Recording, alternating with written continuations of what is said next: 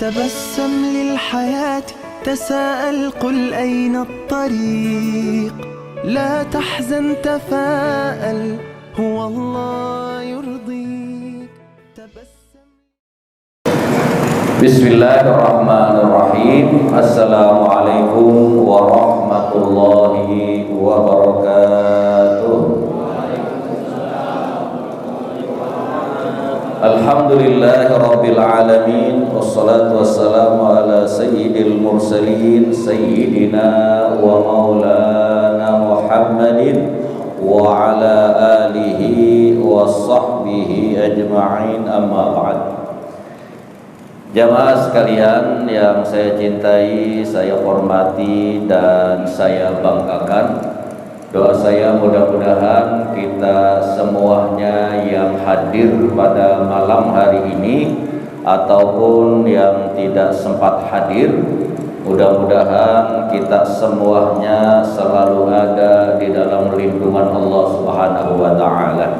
Puja, puji dan syukur kita panjatkan kehadirat Allah Subhanahu wa taala atas berbagai macam kenikmatan yang Allah berikan kepada kita, sehingga alhamdulillah pada malam hari ini kembali kita sama-sama dapat hadir, duduk dan bersilaturahmi di majelis taklim kita ini.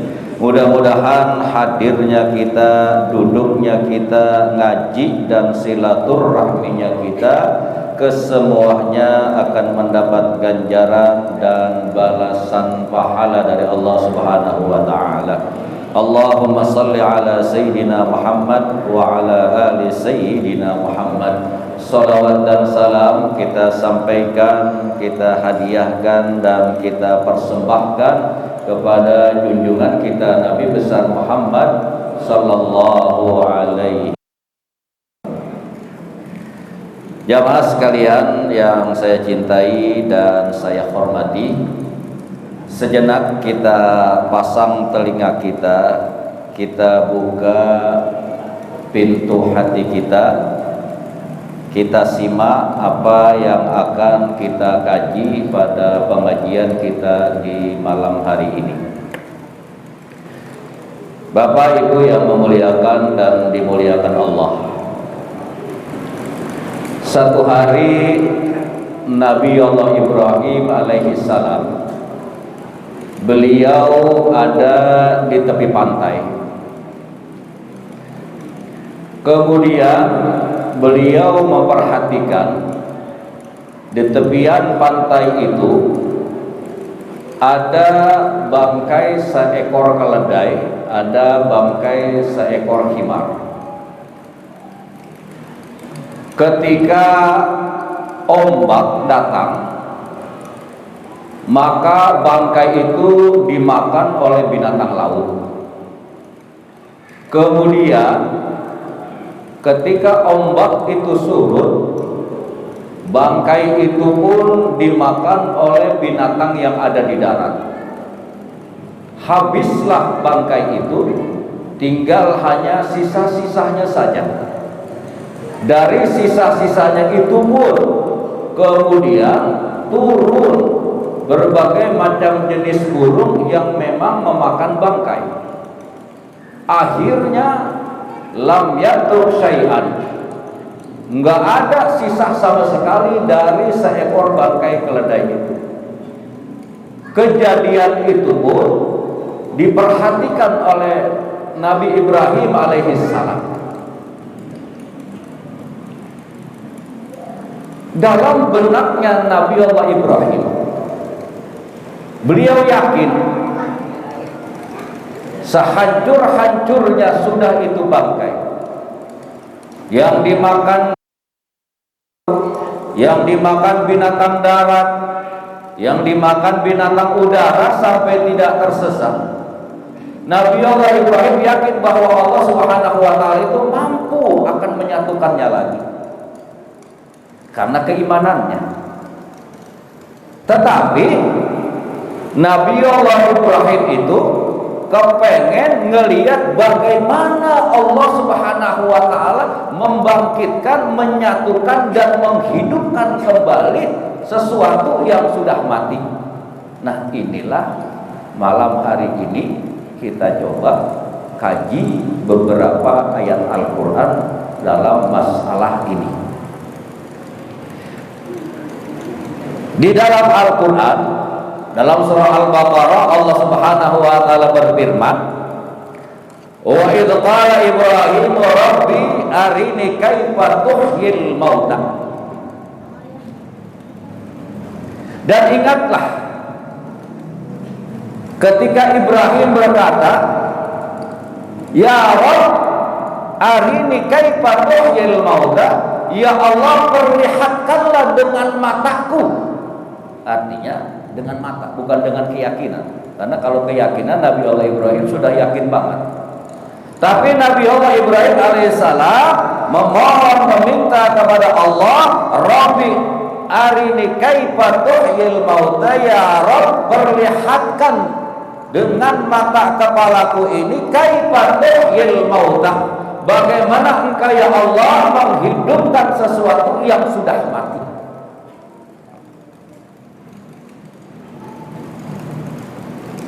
Innama sa'ala dzalika liyasira ilmu yanan. Nabi Allah Ibrahim bertanya kepada Allah tentang hal itu agar menjadi ilmunya itu iyanan, bukan sekedar yakinan, iyanan, tapi ia bisa melihat dengan mata kepalanya bagaimana Allah Subhanahu wa taala menghidupkan kembali sesuatu yang sudah mati. Nah, ketika Nabi Allah Ibrahim alaihissalam meminta, memohon kepada Allah Subhanahu wa taala agar Allah Subhanahu wa taala memperlihatkan kepada Nabi Allah Ibrahim bagaimana Allah menghidupkan sesuatu yang sudah mati, qala awalam tu'min. Kata Allah Subhanahu wa taala, "Ya Ibrahim, apakah engkau belum yakin? Apakah engkau belum percaya bi anni qadirun 'alal ihya'i bi i'adati tarkib wal hayat?" Ya Ibrahim, apakah engkau belum percaya? Apakah engkau belum yakin? Kata Allah Subhanahu wa taala, "Sesungguhnya aku Maha mampu untuk menghidupkan dan mengembalikan susunan-susunan hayat." Qala bala walakin liyatma'inna qalbi. Ya Allah, saya yakin seyakin-yakinnya ya Allah, kata Nabi Allah Ibrahim. Walakin liyatma'inna qalbi, tapi agar hati saya ini lebih yakin lagi. Lebih yakin lagi ya Allah ketika engkau memperlihatkan bagaimana engkau menghidupkan sesuatu yang sudah mati dan aku bisa melihat dengan mata kepalaku. Kira-kira jemaah bisa paham gak gini? Bisa paham gak kira-kira apa yang saya akan ceritakan ini?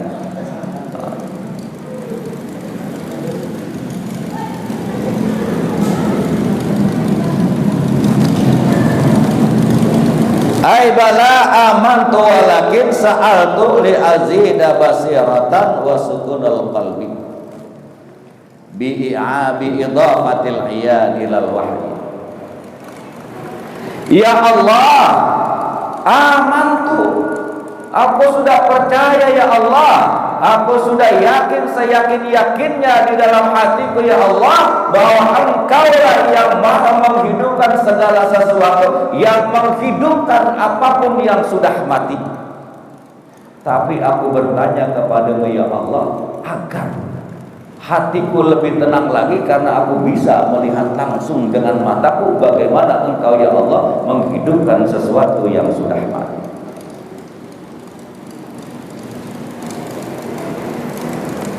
Lalu apa kata Allah? Ketika Nabi Allah Ibrahim SAW minta diperlihatkan bagaimana Allah Subhanahu wa taala menghidupkan sesuatu yang sudah mati. Qala fahuz arba'ata minat tayr. Oke Ibrahim, kalau memang engkau ingin melihat bagaimana aku menghidupkan sesuatu yang sudah mati, maka cobalah engkau ambil 4 unggas. Allah perintahkan kepada Nabi Allah Ibrahim untuk mengambil 4 unggas. Kila tawusan wadikan wa gharaban wa hamamah. Dari 4 unggas ini, dalam cerita ada yang mengatakan tawusan, seekor burung merak, wadikan, dan seekor ayam jantan, wa gharaban, dan seekor burung gagak, wa hamamatan, dan seekor burung merpati. 4 ekor unggas diambil oleh Nabi Allah Ibrahim sesuai dengan perintah Allah. Nah, Nabi Allah Ibrahim tidak mengambil dari satu jenis unggas saja. 4 jenis yang berbeda lah yang diambil oleh Nabi Allah Ibrahim untuk meyakinkan dengan mata kepalanya bahwasanya Allah Subhanahu wa taala akan menghidupkan kembali yang sudah mati dengan 4 jenis unggas yang berbeda. Nah, saudara bisa bayangkan, dari 4 jenis unggas ini tentunya bentuknya pun akan beda, warna bulunya pun akan beda. Satu dengan yang lainnya dari 4 unggas ini tidak sama. Fasurhunna ilaika fa'amlihinna wa'mumna ilaika lita'lamaha wa ta'rifa sya'naha li'alla taltabisa alaika ba'dal ihya. Nah, 4 unggas ini oleh Allah Subhanahu wa taala memerintahkan kepada Nabi Ibrahim, sembelih 4 ekor unggas ini. Cacat semuanya, tulang belulangnya, dagingnya, bulunya, cacat sampai hancur semua. Kemudian setelah hancur 4 ini, aduk semuanya sampai rata. Satu dengan yang lainnya, aduk semuanya sampai menyatu, sampai tidak kelihatan lagi mana yang gagak, mana yang merak, mana yang ayam jantan, dan mana yang burung merpati. Aduk. Setelah disembelih, dicacat, diaduk semuanya. Summa ja'al ala kulli jabalin minha juz'a. Nah, setelah 4 ekor burung ini, 4 ekor unggas ini oleh Nabi Allah Ibrahim disembelih, kemudian dicacat, dibaur, diaduk semuanya sampai tidak ketahuan mana yang bulu gagak, mana yang bulu ayam, mana yang sebagainya. Maka kata Allah Subhanahu wa taala, "Summaj'al ala kulli jabalin minhunna juz'a." Bagi 4 itu tumpukannya. Taruh di jabal sana 1, taruh letakkan di gunung sana 1, taruh di bukit, dibagi 4. Sudah hancur semuanya. Sudah tidak ketahuan lagi mana yang jenis gagak, mana yang jenis merpati, mana yang jenis ayam jantan, dan udah nggak kelihatan sama sekali.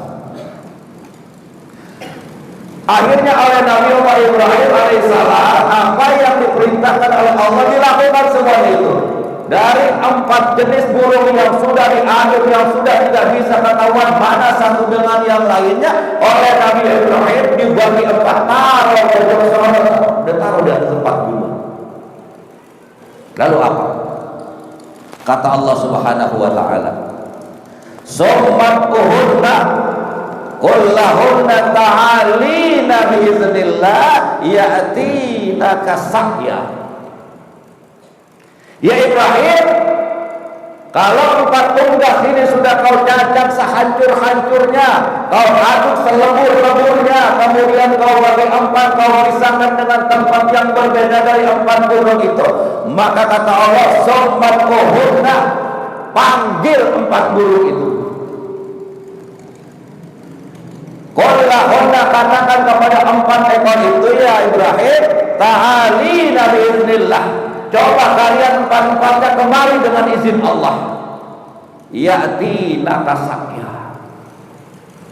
Ternyata apa yang terjadi jamaah sekalian? 4 ekor burung yang sudah hancur, yang sudah musnah, yang sudah dicincang dan dicacak, yang sudah tidak ketahuan dari bentuknya, ketika oleh Allah Subhanahu wa taala diperintahkan kepada Nabi Allah Ibrahim, qul lahunna ta'alina biiznillah yatina kasaya. Ketika Nabi Allah Ibrahim panggil, ternyata yang tulangnya gagah, yang bulunya gagah, yang kakinya gagah, yang semuanya gagah nyatu. Yang burung merak nyatu, pada hancur semuanya. Yang merpati nyatu, yang ayam jantan semuanya, masing-masing semuanya rasa menyatu semuanya. Yang padahal sudah hancur baur, sudah tidak kelihatan lagi bentuknya, tetapi ketika Allah Subhanahu wa taala perintahkan kepada Ibrahim, qul lahunna ta'alina biiznillah, wahai burung-burung yang sudah hancur, yang sudah lembut, maka datanglah kamu kemari dengan izin Allah semua. Tulangnya burung gagak, sayapnya burung gagak, semuanya nyatu menjadi burung gagak kembali. Merpati nyatu menjadi merpati lagi.